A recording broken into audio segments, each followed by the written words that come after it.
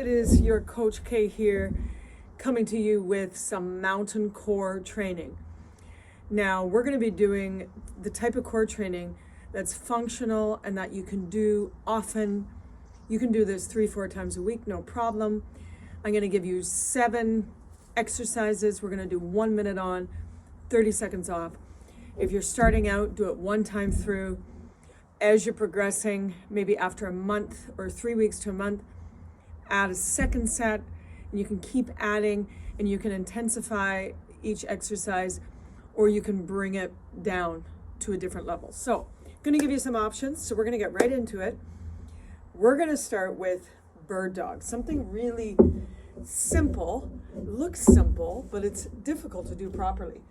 Anti-rotational. We're going to be doing a few different anti-rotational that you got to try. You got to keep those hips straight as we lift the right arm and the left leg, and vice versa. So here it is. Really focus on glute core connection. Okay, we're coming right into the bird dog here. So you press your hands under your chest, extend the right arm, left leg back, keeping the hips level. Draw your core, your belly in towards your spine, making sure your low back doesn't dip. Hold it for a number of seconds. Stretch the hand out and the back toe way back. So you're trying to get some length. This is the advanced version here. So you're going to extend the arm up, at the same time leg back, and really challenging not to rock those hips. So make sure you can do the more basic version really well before you jump up to the newer or the tougher version. 30 seconds recovery. Some of you may need to really warm up the wrists before you're doing this, and the shoulders. As we're doing this, you want to make sure the shoulders are down in your back. You have space between the ear and the shoulders. Really lock them in and pressing that chest up. That's the next one is plank tap. Okay, so you definitely have to have your hands right under your chest. Use your fingers, press your fingers into the ground and contract the glutes. Keep the hips level, and you're just going to tap one shoulder to the other. So this is anti-rotational. So your really aim is to keep the hips level. That's the aim. To make this exercise easier, widen your legs to make it much more challenging. You can bring your legs really narrow. So if you find this really challenging in this position, what I would do is put your hands up on a block, up on a box, like in front of me there, to elevate your body and work on this anti-rotational from that level as before you put your knees down. So try that. Keep everything aligned, making sure your chin doesn't droop down, pressing the chest up to protract the shoulders, posterior pelvic tilt. You will rock this. Beautiful. So, dead bug. You're lying on your back. You're flat on your back, so it's like a reverse plank. And ribs really connect down. Posterior tilt. And I'm going to take the legs straight up or bent. I'm going to have the arms up. I'm going to take my right arm back, left leg out. So what I'm trying to do here is such an overlooked exercise, which looks so easy, but it's actually difficult to do properly. So you're really going to really press the rib cage down. It doesn't lift up. You're thinking of bringing the rib cage to the hip bones. Press your belly button down, little bit of a posterior tilt, shoulder blades are down, and you're going to take one arm back and the other leg back. So what I'm showing right there is the modified version. So if it's too challenging for you with the one leg, you can take the arms back, just the arms, keeping the knees above the hips as I'm showing you right there. That's a way to regress it. And this is the regular right here.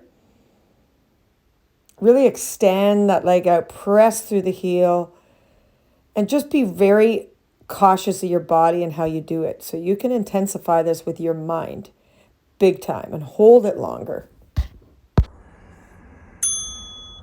Beautiful. Now we're coming into the mountain climber. So mountain climber, again, push-up position. Chest up to protract between the shoulder blades.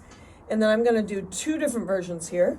Regular mountain climber is kind of a cardio version. You can also do it a step back just by tapping the knee in. Or you can add a little bit of intensity by Spider-Man, bringing the knee around. So, beautiful exercise, mountain climber. All right, so again, hands are in that push-up position. You're really pressing your fingers into the ground. You're pressing the chest up between the shoulder blades. You can do it like this knee tap in version before you move into the running version. You want to be super stable. You can see I'm moving quite a bit there. Super stable, and you can really go for a full-on run with this. Light on the toes at the back. And this is the Spider-Man version. So I'm bringing that knee to the elbow. What's even more challenging, to the tricep. Again, you can up tempo with this as well. But if we can't remain super strong and stable in the upper body as we're doing it, then there's no point. So make sure you get the stability there. You get the right position before you move forward in the level.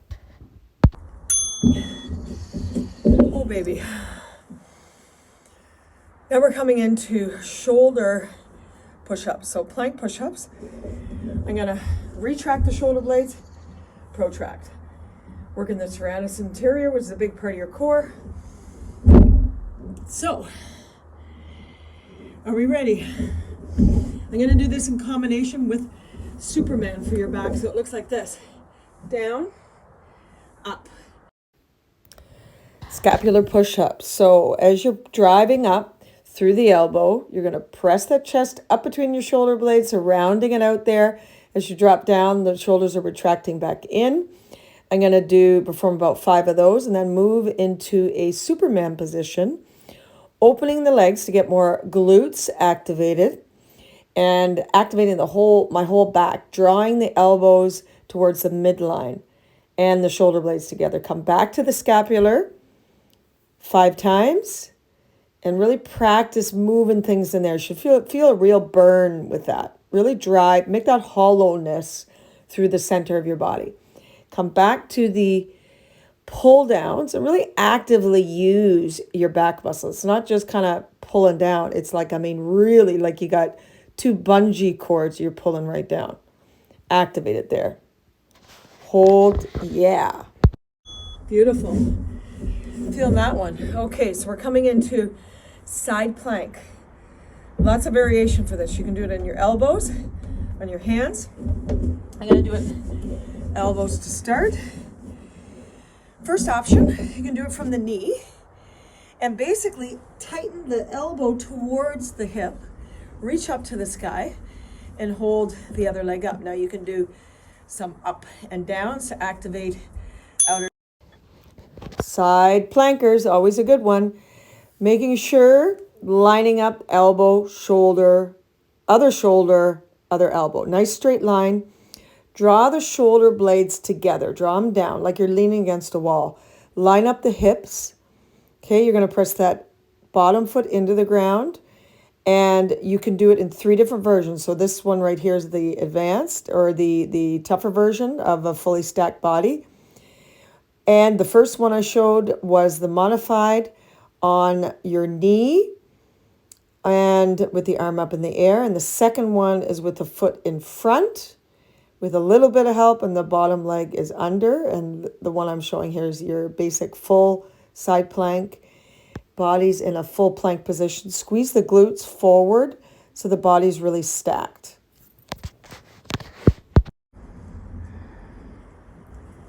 Beautiful. And the last one, hollow hold. Just like the name, you're going to kind of hollow out the body. So I'm going to show you the exercise. The upper body is rounded. The fingers are out. Pelvic tilt. Ribs thinking down towards the hips. This is that hold position. Squeeze the inner thighs, activating more of the core. If this is too much, bend the knees. Such a great exercise. Really important to really squeeze the whole body. So you want to squeeze the inner thighs together. Really draw the belly button down. I'm lifting up my upper back, lifting the shoulders off the ground. A little bit of a pelvic tilt. So think of that rib to hip and holding the arms out.